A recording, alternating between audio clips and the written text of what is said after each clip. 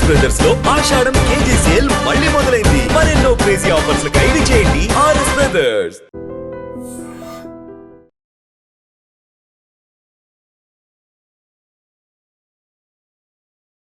Telugu cinema comedy అంటేనే కోట శ్రీనివాసరావు, బాబు మోహన్ జోడి అని అందరికీ గుర్తొస్తుంది. ఈ ఇద్దరు దిగ్గజ నటులు కలిసి 60కి పైగా సినిమాల్లో నటించి ప్రేక్షకుల మదిలో ప్రత్యేక స్థానాన్ని సంపాదించుకున్నారు. ఇండస్ట్రీలో కోట శ్రీనివాసరావు, బాబు మోహన్ జంట ఉంది అంటే ఆ సినిమా కనీసం హిట్టే అనే టాక్ ఉండేది. కామెడీకి కావచ్చు, పాత్రకు కావచ్చు, వారి నటనకు ప్రాధాన్యతనిచ్చే దర్శకులు, నిర్మాతలు వీరిద్దరిని తమ చిత్రాల్లో తప్పనిసరిగా ఉండేలాగా చూసుకునేవాళ్ళు. వీరిద్దరు కూడా కలిసి చేసిన కామెడీ ట్రాక్లు ఇప్పటికీ కూడా ప్రేక్షకులు ఎవరూ మర్చిపోలేరు. కోట శ్రీనివాసరావు తనదైన విలక్షణమైనటువంటి డైలాగ్ డెలివరీ కావచ్చు, హావభావాలతో ఒక పాత్రని పండిస్తే, బాబు మోహన్ తన అమాయకత్వంతో కూడినటువంటి కామెడీ టైమింగ్తో దానికి ధీటుగా నిలిచేవారు. సో వీరిద్దరి మధ్య కెమిస్ట్రీ తెరపై అద్భుతంగా పండేది. కోట శ్రీనివాసరావు, బాబు మోహన్ కలిసి అనేక విజయవంతమైనటువంటి చిత్రాల్లో నటించారు. మామగారు దాసరి నారాయణరావు దర్శకత్వంలో వచ్చినటువంటి ఈ చిత్రంలో వీరిద్దరి కామెడీ ట్రాక్ ప్రేక్షకులను విశేషంగా ఆకట్టుకుంది. ప్రేమ విజేత సురేష్ ప్రొడక్షన్స్లో నిర్మించినటువంటి ఈ చిత్రంలో వీరి కామెడీ సన్నివేశాలు చాలా పాపులర్. సీతారత్నం గారి అబ్బాయి ఈ సినిమాలో కూడా వీరిద్దరి మధ్య కామెడీ సన్నివేశాలు నవ్వు తెప్పిస్తాయి. మాయదారి మోసగాడు వినోద్ కుమార్, సౌందర్య నటించినటువంటి ఈ చిత్రంలో వీరిద్దరి హాస్యం ప్రత్యేక ఆకర్షణగా నిలిచిందని చెప్పొచ్చు. అహనా పెళ్ళంట ఈ సినిమాలో వీరిద్దరూ కలిసి నటించకపోయినా కోట శ్రీనివాసరావు పిసినిగొట్టు లక్ష్మీపతి పాత్రలో ప్రేక్షకులను కడుపుబ్బా నవ్వించారు. ఇక గణేష్ ఈ చిత్రంలో కూడా వీరిద్దరి కామెడీ ప్రేక్షకులను విశేషంగా ఆకట్టుకుంది. కోట శ్రీనివాసరావు, బాబు మోహన్ జోడీ తెలుగు సినీ హాస్యానికి ఒక ప్రత్యేకమైన అధ్యాయం చెప్పొచ్చు. వీరిద్దరి కామెడీ టైమింగ్, పాత్రల్లో లీనమయ్యే విధానం ప్రేక్షకులను ఎప్పటికీ గుర్తుంచుకునేలా చేశాయి.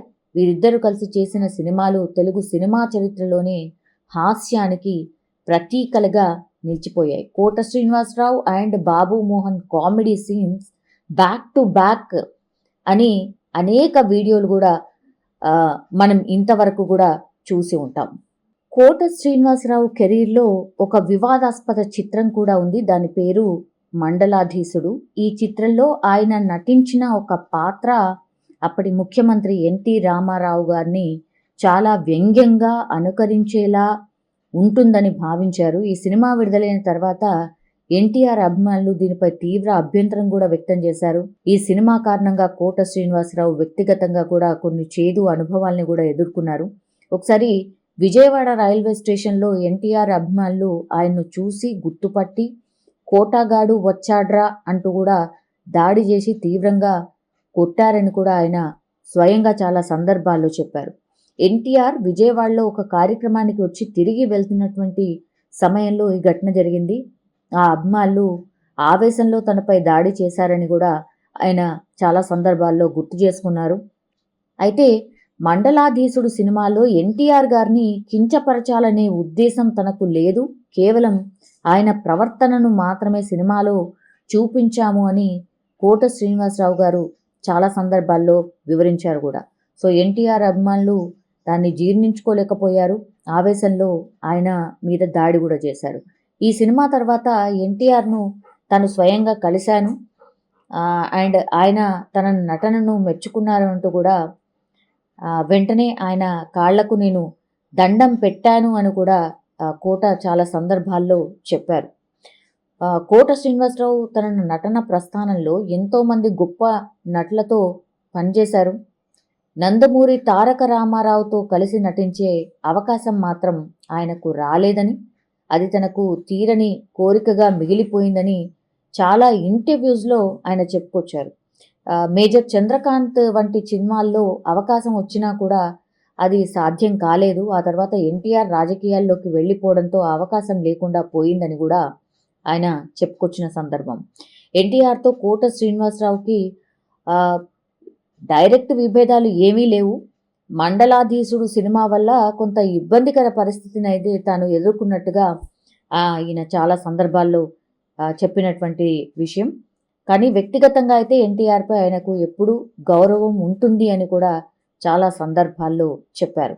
మండలాధీశుడు ప్రభాకర్ రెడ్డి దర్శకత్వంలో కోట శ్రీనివాసరావు ప్రధాన పాత్రల్లో నటించారు. 1987లో నాటి రాజకీయ నేపథ్యం ఉన్నటువంటి తెలుగు చిత్రం ఇది. ఎన్టీ రామారావు ముఖ్యమంత్రిగా ఉన్న రోజుల్లో ఆయన వ్యవహార శైలి మీద, ప్రభుత్వం మీద వ్యంగ్యంగా విమర్శించే కథ దీని ఆధారంగానే ఇది తెరకెక్కింది. అందుకని ఎన్టీఆర్ అభిమానులు ఆయన మీద దాడి చేసిన సందర్భం.